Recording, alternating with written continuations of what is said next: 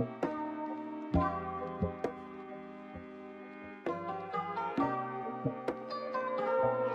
are we doing, guys? Welcome back to the channel, and now that the Hashashin Awakening is out, this is my official PvE skill rotation.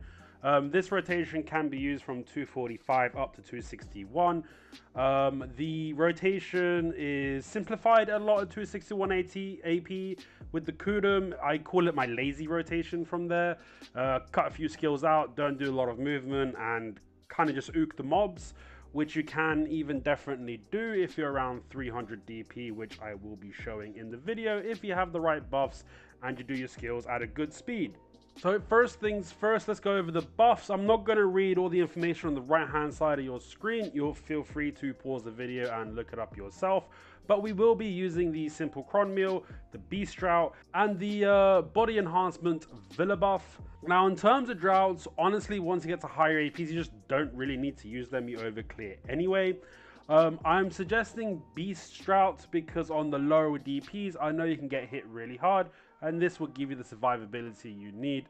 But if you do want to clear a bit faster and you're not worried about your DP and getting hit by the mobs, you can always substitute that beast drought for a giant drought. Now let's look at the skill add-ons. As you can see, for pre-awakening it says NA, because honestly you don't need to do anything in the pre-awakening. You're trying to use your pre-awakening as an execute if it's needed. Your awakening is more than enough to slice through the mobs pretty quickly. So in terms of just preparing for the PvE add-ons, for Inquisition, we're going to put the plus 20% crit hit rate for 9 seconds and the 6 MP recovery per hit. For Enraging Sands, we're going to go with a 30 monster AP for 8 seconds and 10 MP recovery per hit. And Serpent's Coil, we're going to go for the 6 HP recovery per hit with a 5% accuracy buff for 12 seconds.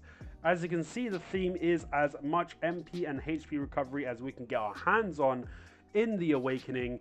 It's not going to fix the issues that a lot of people are complaining about online and in the game, which is that this class's sustain is terrible. It still is bad, but when you put these buffs on top of your beast drought, your HP, you're not draining as many HP pots as you would do if you weren't using this setup. I mean, I was easily going through like 600 potions an hour. With this setup, I'm going through like 300 HP potions an hour. And that's not even using the beast drought. It's like 300 to 400 without using the beast drought. So with the beast drought, it should be less than 300 technically. And on the MP side, I was going through like 300 an hour, I think. And with this setup, I'm going through around 200 an hour. So it does help, but it doesn't fix the problems that the class inherently has. And now let's talk about the Hashashin's skill rotation and awakening. But before we do that, it is important to note that grouping the mobs efficiently is the best way to make sure you're overclearing your rooms and making the maximum amount of silver as possible. And to do that, you need to stay in your pre-awakening. Now, Hashashin doesn't have a lot of micro movement adjustments. They're more macro, they cover larger distances.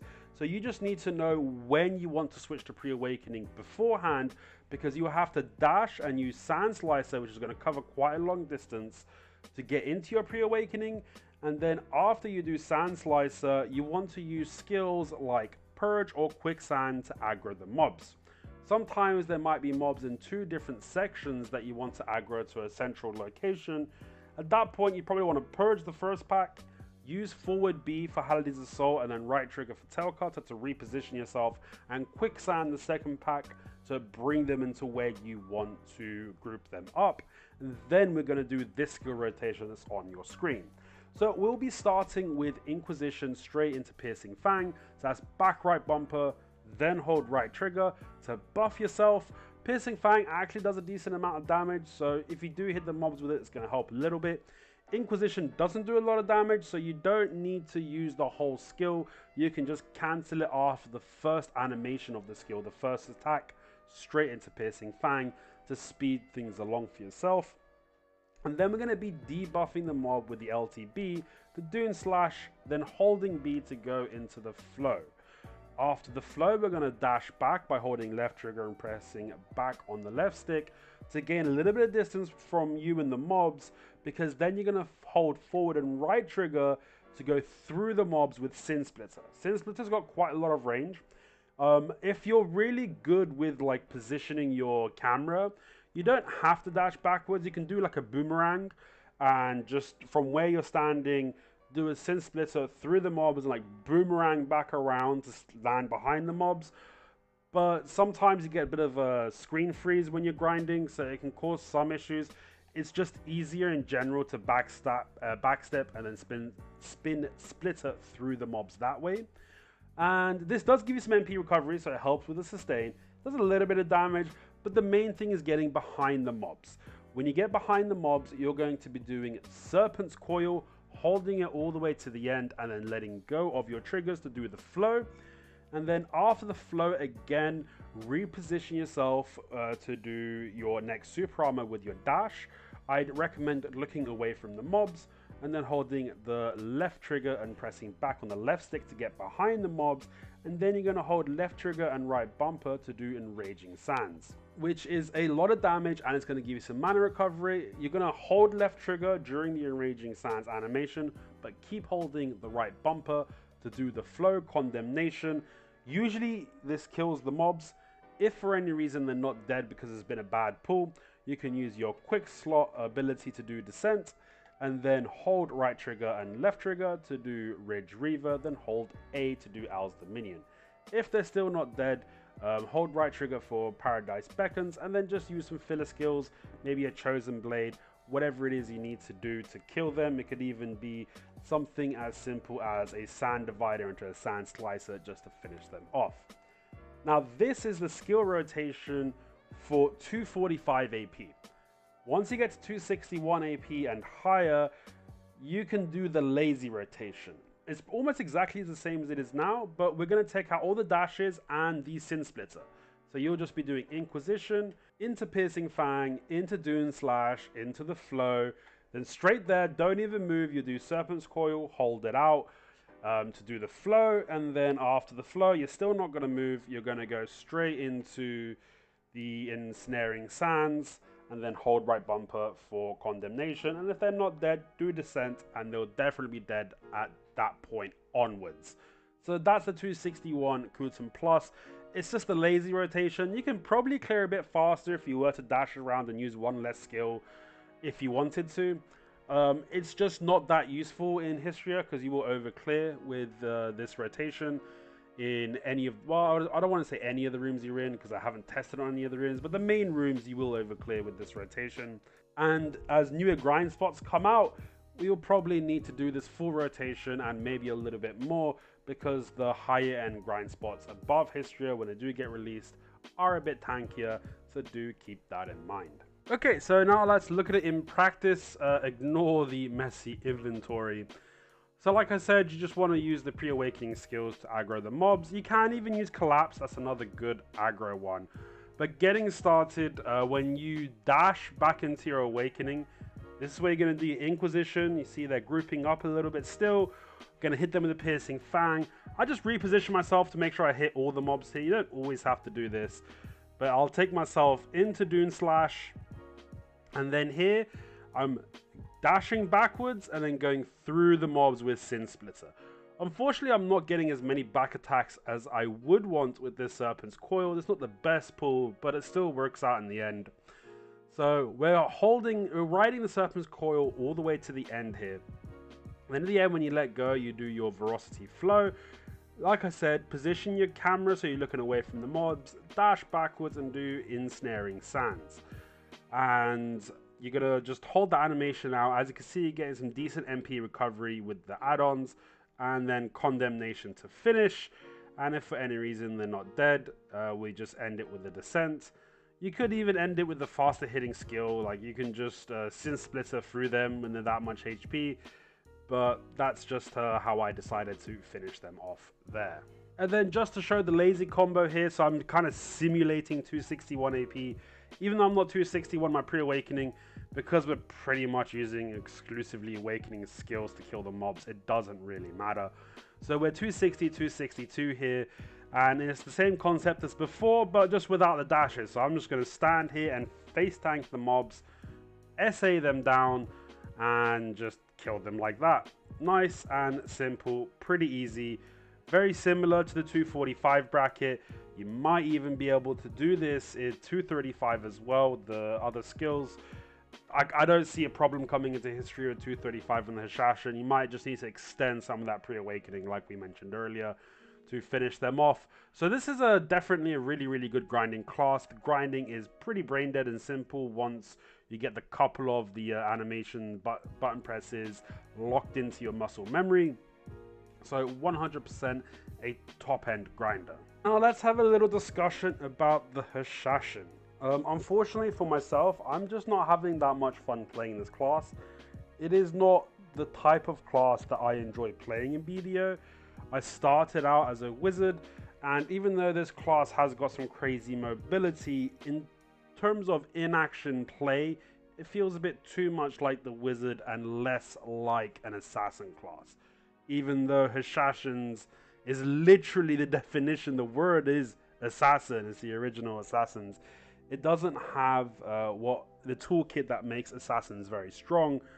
And there's really three basic things that you need one or a combination, if not all of, to be a good assassin class that can 1vx, and that is burst damage along with a protected CC or an AoE CC.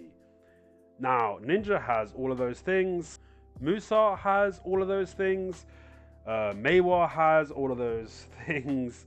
Like the main assassin classes, even if they don't have all of them, they have like a combination of them, but they all have burst.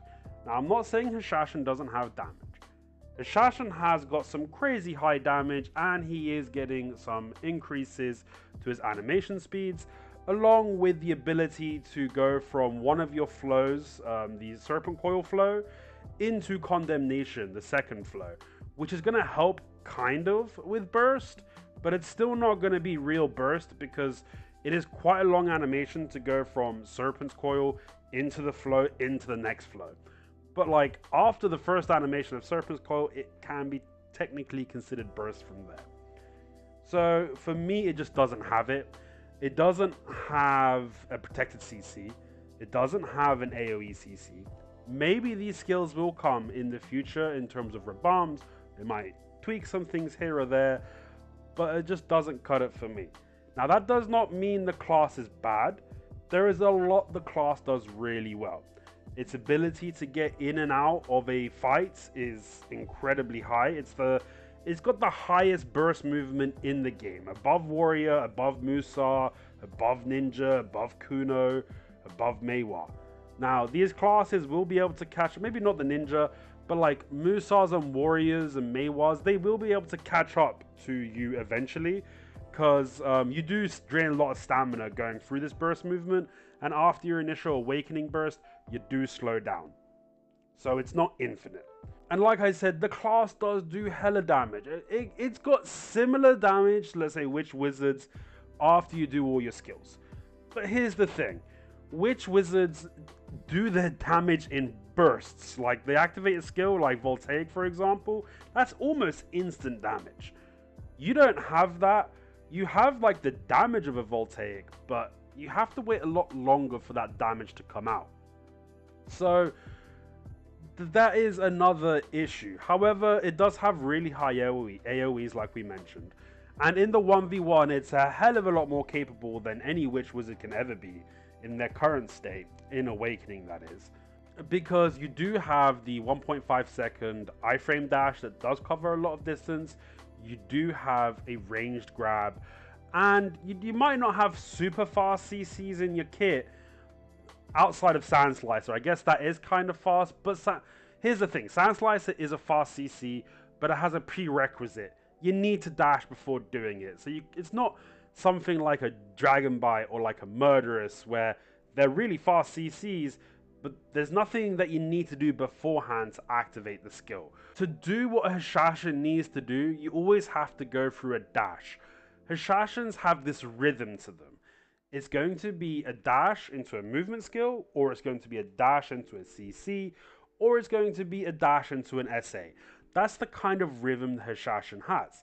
Now you can mix it up a little bit with the block drop type move that you have, and there is a lot of potential for this class in a large scale environment if you're using your teleport to your tornado properly, and you find a good way of incorporating that into your damage and your movement skills.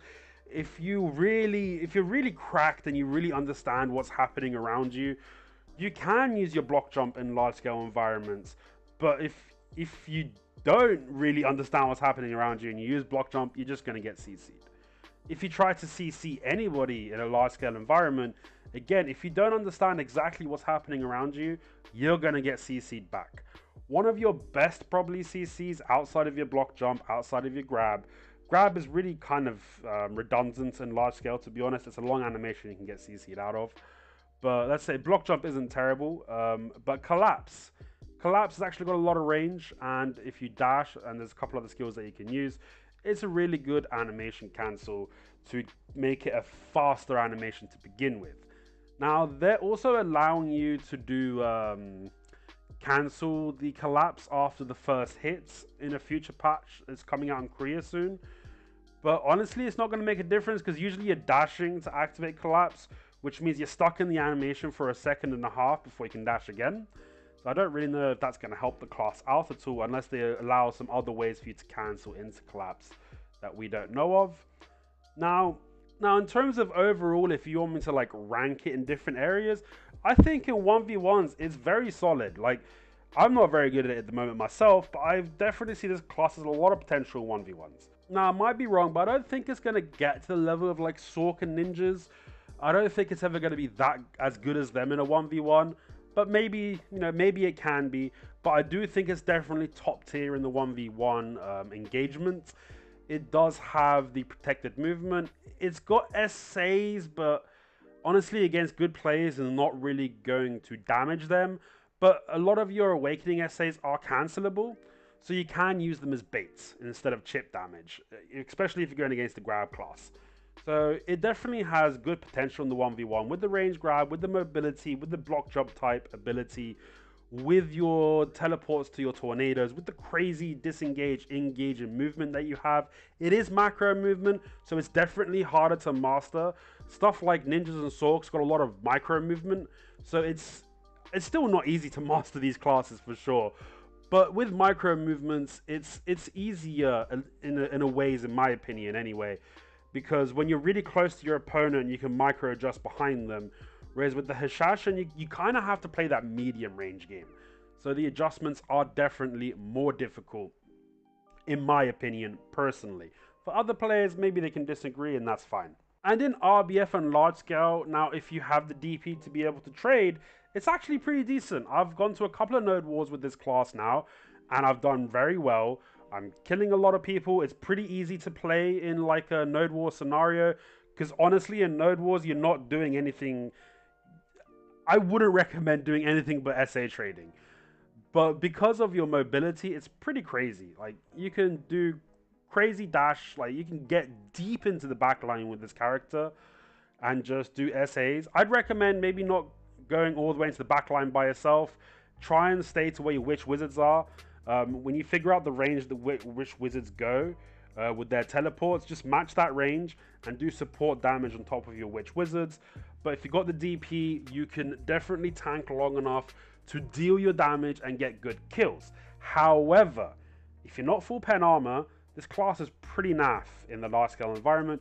If you got a PA, you will be effective, but like every other class in the game, you're gonna get instant bursted down. And the longer the game is out, just keep in mind people are getting more AP. And all melee classes are pretty lackluster in the PC environment where their gear is. If you're a melee class, you just get instant melted in a ball.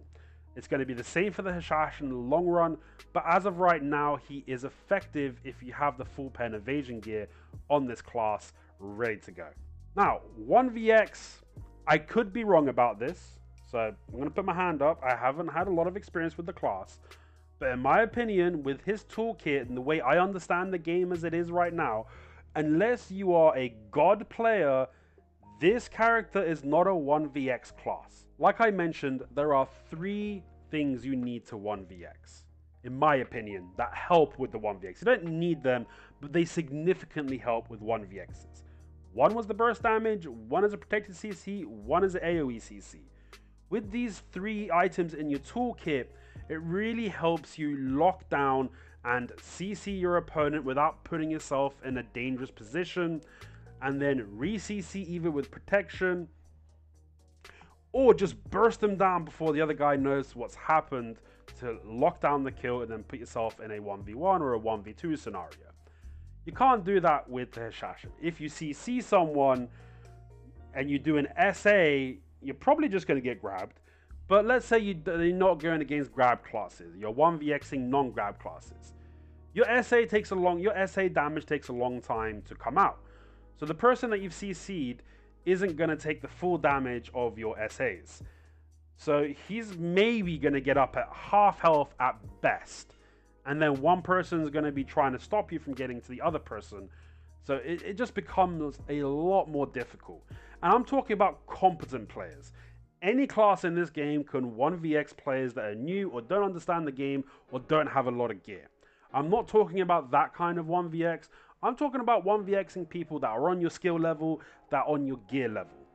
Some classes like ninjas and sorks are designed, I wouldn't say designed for that, but they excel at that type of gameplay. Other classes, they don't, not so much. And this class is definitely under the bracket of not so much indeed. In my opinion though, where this class shines the most is in the 3v3, 4v4, 5v5 environments. He's got the AoEs, he's got the damage, he's got some good movement, he's even got the grab. He's got the toolkit to really lock down areas. You know, you've got the quicksand, you've got debuffs. He can zone, crowd control, deal support damage, grab someone. So he is really, really good in that specific area. I've done some of these things in AoE with him, and he shines really high in that area. I think that's his strongest position, is in that environment specifically. So now that I've given you guys my opinions on this class, I'm going to go through a couple of combos and a couple of tips and tricks for PvP. For the Hashashin, we're going to start with the grab combo. So with the grab combo, if you dash left, by the way, only if you dash left, you can cancel the first part of your grab animation. So we're going to start with a left dash grab, then we're going to go into Dune slash into Dune strike to apply the debuffs, and then we're going to do Piercing Fang after that. Then after Piercing Fang, we're going to do Sand Slicer. After Sand Slicer is Ridge Reaver. After Ridge Reaver is Owl's Dominion. And then after that, I did it a bit slow there, but after Owl's Dominion is meant to be Paradise Beckons by holding right trigger. If you also get the down smash on the Paradise Beckons, you can even throw a Descent in there or a Piercing Tornado to do some extra damage. This is the triple down smash grab combo. So you got a lot of chances to down smash your opponent to keep them on the ground longer. If you don't get down smashes, you just need to recognize that and disengage so you don't get grabbed by your opponent. But in practice, it should look a little like this.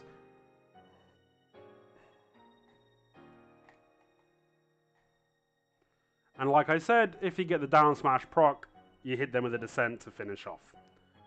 So that is the grab combo. Obviously super unsafe, you can't do this if there's more enemies around you.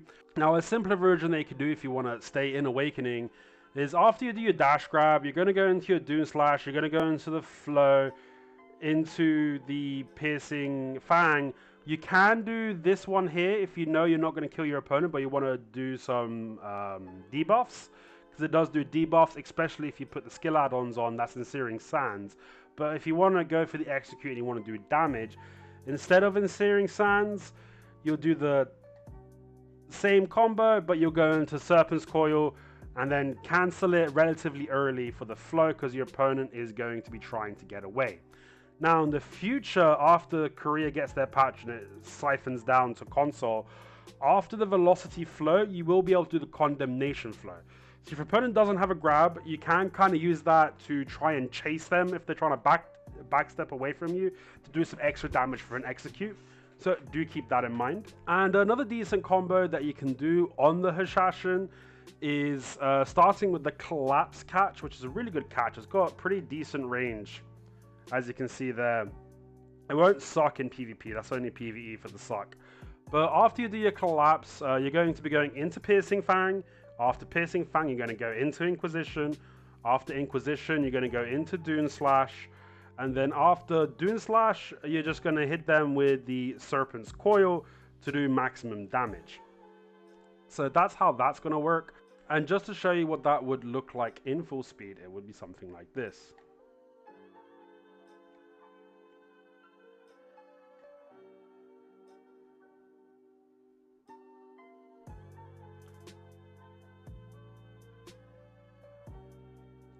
Now, there is a different way you can do this combo, and there's a quick note about this combo.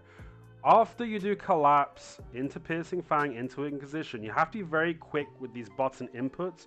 You can't be lagging, because your opponent will be standing up when you hit them with a Dune Slash to re-CC them. Now, this always works if you do your button inputs correctly and you do it quickly. You will always re-CC your opponent, but do bear that in mind. You can't lag on the inputs. You have to be quick. So another thing you can do, instead of going into the flow, you can go into the triple dash down smash combo if you dash first and then go into Sand Slicer, and that will look a little something like this.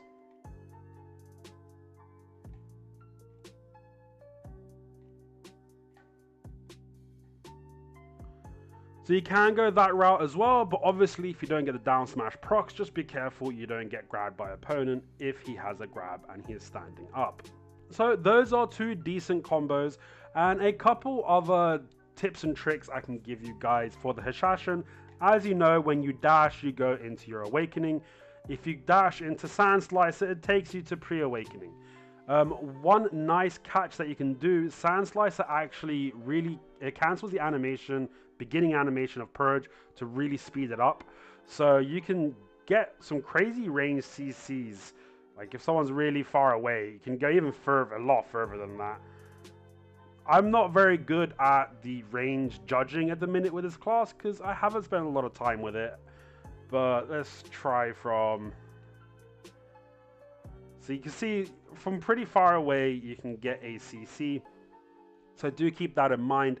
And remember, if you do land a CC, so if someone's pretty far away and you land a CC, one thing you can do is the Arid Assault to get to them. Not the most efficient way, not the most damage productive way to get there, but it is an option that you have, so do keep that in mind. So another tip I can give you guys, when your Retribution is on cooldown, without dashing, if you hold left or right on your look stick and press Y with your block, so that's Y with left bumper. On PlayStation, that would be triangle with L1. You can go straight from your Awakening into a forward guard in your pre-Awakening. So that would, after this skill, you need to make sure this skill is on cooldown. That would just look like that. So it just takes you straight there from a standing position.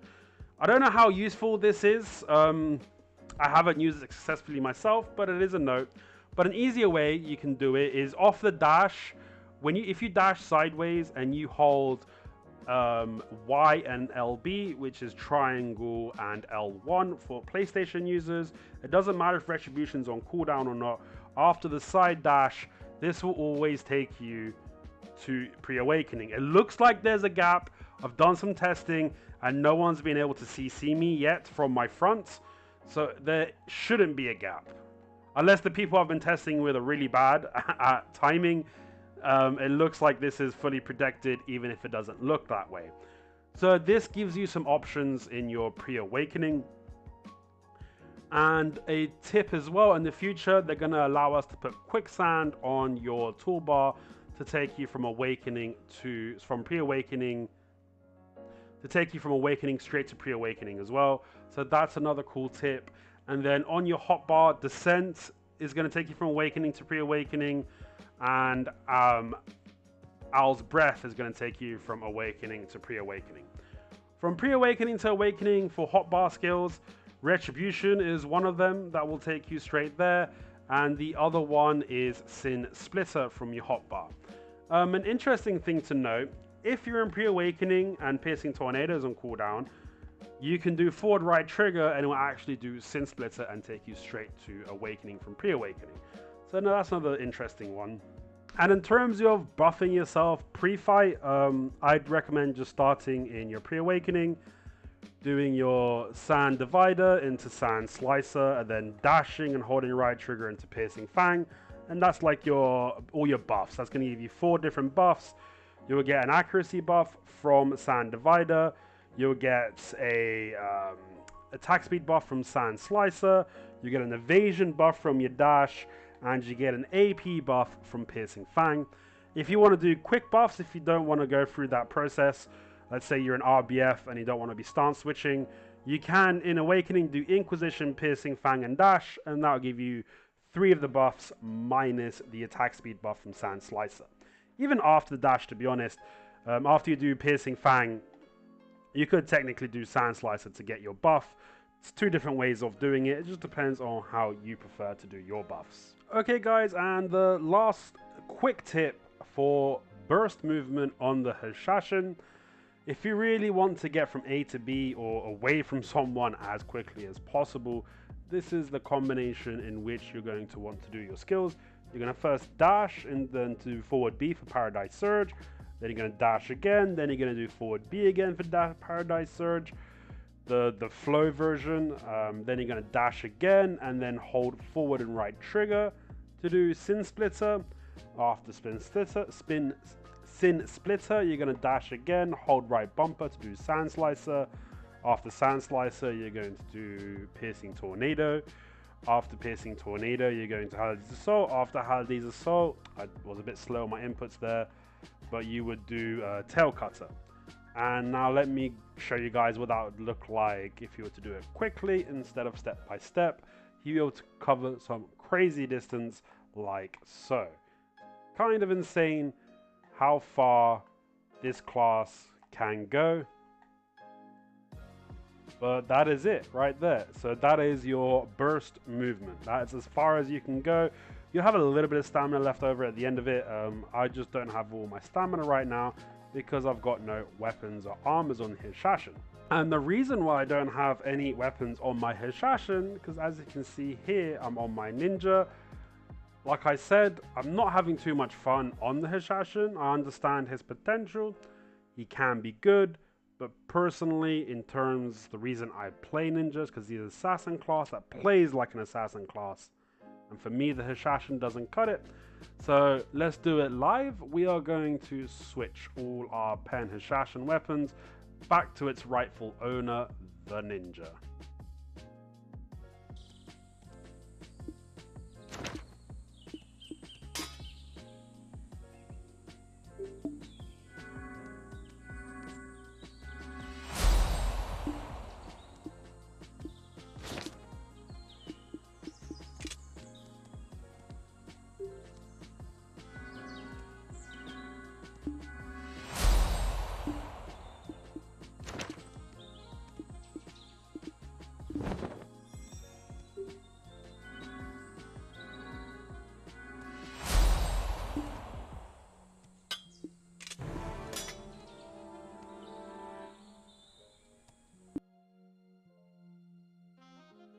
And there we go, we're back on the ninja, so expect some more ninja content coming out in the near future. Guys, I hope you enjoyed the video. I know it was a long one, but I kind of just wanted to crack out everything here in one go because I'm really excited to get back on my main class. Until the next video, I'll catch you next time, and don't forget to like, comment, and subscribe.